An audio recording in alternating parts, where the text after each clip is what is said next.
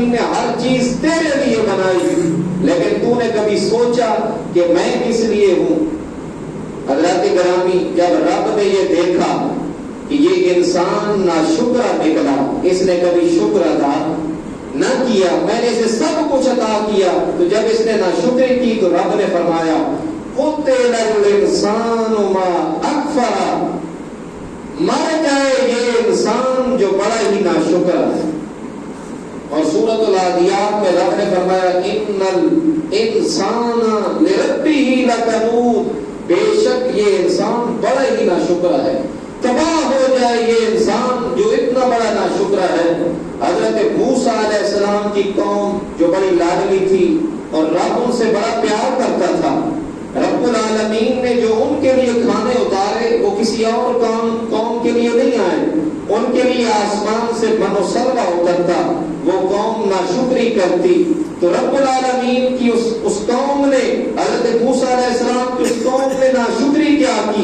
رب ان کے سامنے ان کے لیے بھونے ہوئے گدھے، تتر ان کے لیے بھونے ہوئے آسمان سے نازل ہوتے، وہ ایک پہاڑ پہ جاتے، دسترخوان لگا ہوتا، بھونا ہوا کھانا ان کے لیے پیش ہوتا، لیکن اس قوم کو یہ پسند نہ آیا، راز نہ آیا، تو انہوں نے کیا کہا؟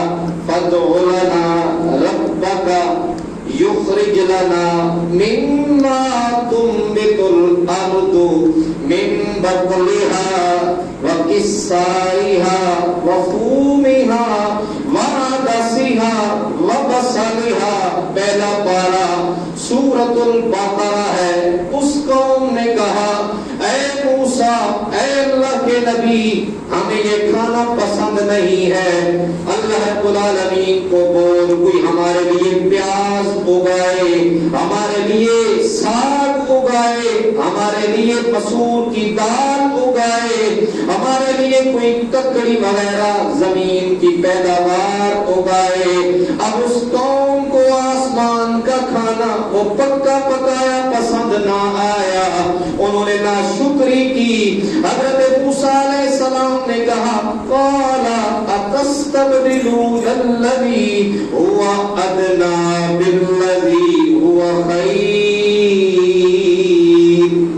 تمہیں یہ آسمان کا کھانا وہ من و سلوہ پسند نہیں جو دسترخوان لگا ہوتا ہے، تم کھانے کے ٹائم پہ جا کر کھا لیتے ہو، اب تمہیں وہ پسند نہیں، ادنا کو چھوڑ کر، ادنا کو پسند کرتے ہو، اعلیٰ کو چھوڑ کر، جو تمہیں بہتر ہے اس کو چھوڑ کر ادنا کو پسند کرتے ہو، تم بڑے عجیب ہو۔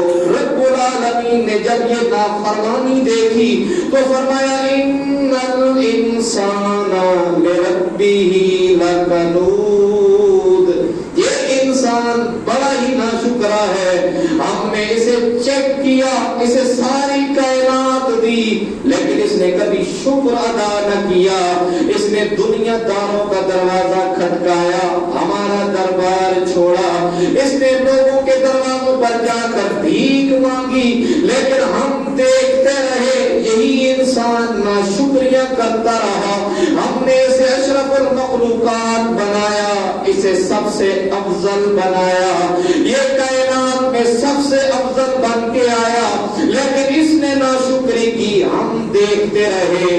اے انسان، ہم نے تجھے جوانی دی، ہم نے تجھے سب سے اعلیٰ بنایا، تو بات کرے، تیری بات پہ ساری کائنات چلے۔ جب تو پیدا ہوا تھا من ای شیء خلق، قرآن مجید ہے 30واں پارہ ہے، تو کیا چیز تھی؟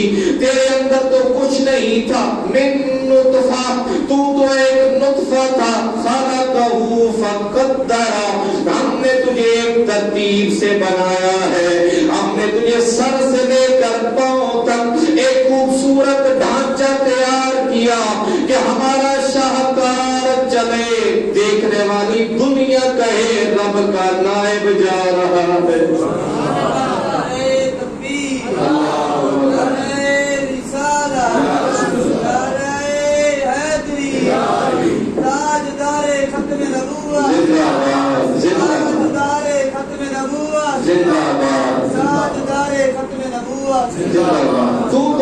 نہیں تھا. من ای شیء خلق، رب العالمین فرماتے تو کیا چیز تھا، تیرے اندر تو کچھ نہیں تھا. اب تو جب جوان ہوا، تیرا نطفہ تیار، تو پیدا ہوا، زمین پہ آیا، تو اس وقت بھی نہ بول سکتا تھا، تیرے اندر تو چیخ تک بھی نہیں نکل سکتی تھی. ہم نے تجھے جوانی عطا کی. اب جب تو چلے 10 آدمی تیرے دائیں طرف، 10 آدمی تیرے بائیں طرف. اب جب تو بات کرے لوگ تیری بات سننے کے لیے تیار ہے.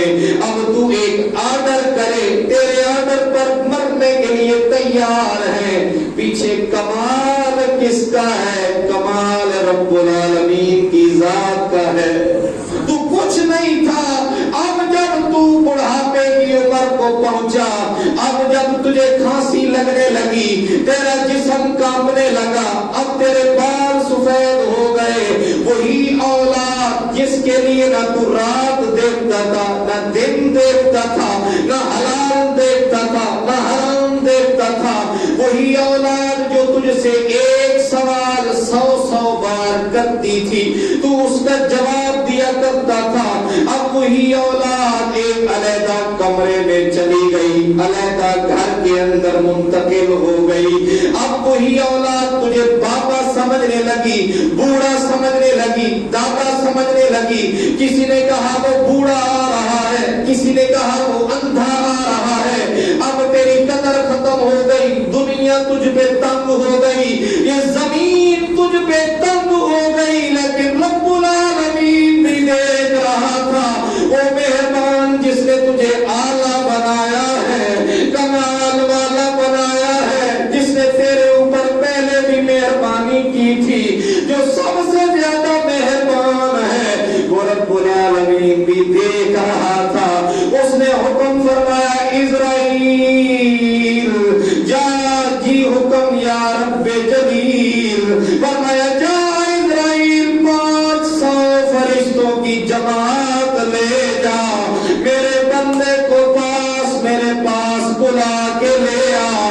دنیا کو پتہ چل جائے جب ساری دنیا چھوڑ جاتی ہے، پھر بھی رب کی رحمت اپنی لپیٹ میں لے لیتی ہے.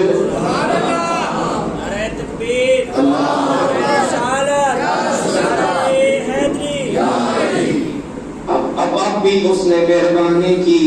جب ساری دنیا چھوڑ گئی، اے انسان تو کس کام کا، تو کس کاج کا، تو اپنے آپ کو بڑا فنخان سمجھتا ہے. یہ جو ہماری ذاتیں تھیں، یہ جو ہماری ذات تھی، کوئی چودھری ہے، کوئی ملک ہے، کوئی خان ہے، کوئی بٹ ہے، کوئی جٹ ہے، یہ جو ہماری ذاتیں تھیں یہ صرف پہچان کے لیے تھیں، یہ ایک دوسرے کی پہچان کے لیے تھی.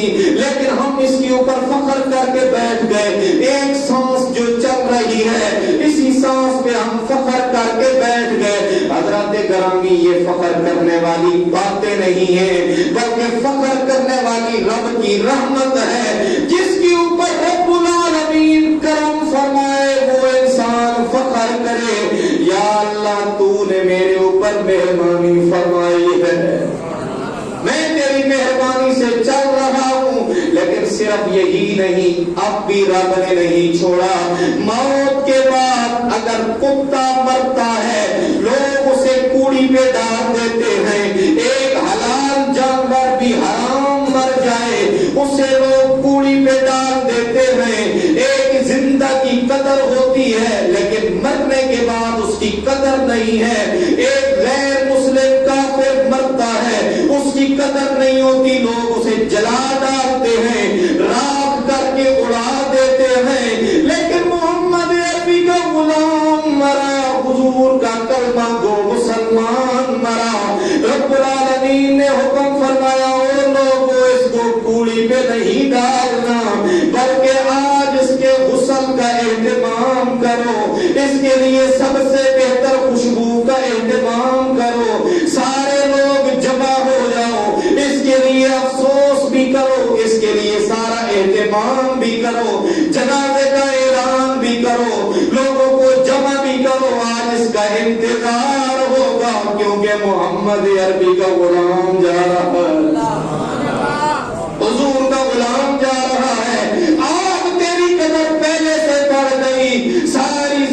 تو امام کے پیچھے کھڑا رہا، آج یہ امام کے آگے ہوگا، امام آج اس کے پیچھے ہوگا۔ جنازہ لے جاتے ہوئے اس کو جھٹکا بھی نہیں لگنا چاہیے، کیونکہ محمد عربی کا غلام جا رہا ہے، گلی میں نعرہ شہادت کی آواز بلند ہو رہی ہے، جس کو نہیں پتا اس کو بھی پتا چل جائے آج حضور کا کلمہ کو مسلمان جا رہا ہے۔ حضرات گرامی جنازہ ادا کیا، اب جنازہ ادا کرنے والوں کے لیے بھی ہم نے ثواب رکھا، جو آدمی جنازہ ادا کرے گا اللہ رب العالمین اس کو احد پہاڑ کے برابر ثواب عطا فرمائے گا۔ تیری وجہ سے، تیرے کلمہ پڑھنے کی وجہ سے، حضور کی غلامی میں آنے کی وجہ سے ابھی بھی کچھ نہیں، بلکہ یہاں تک نہیں، مرنے کے بعد، دفن ہونے کے بعد بھی جب تو قبر میں پہنچا، تیرے اوپر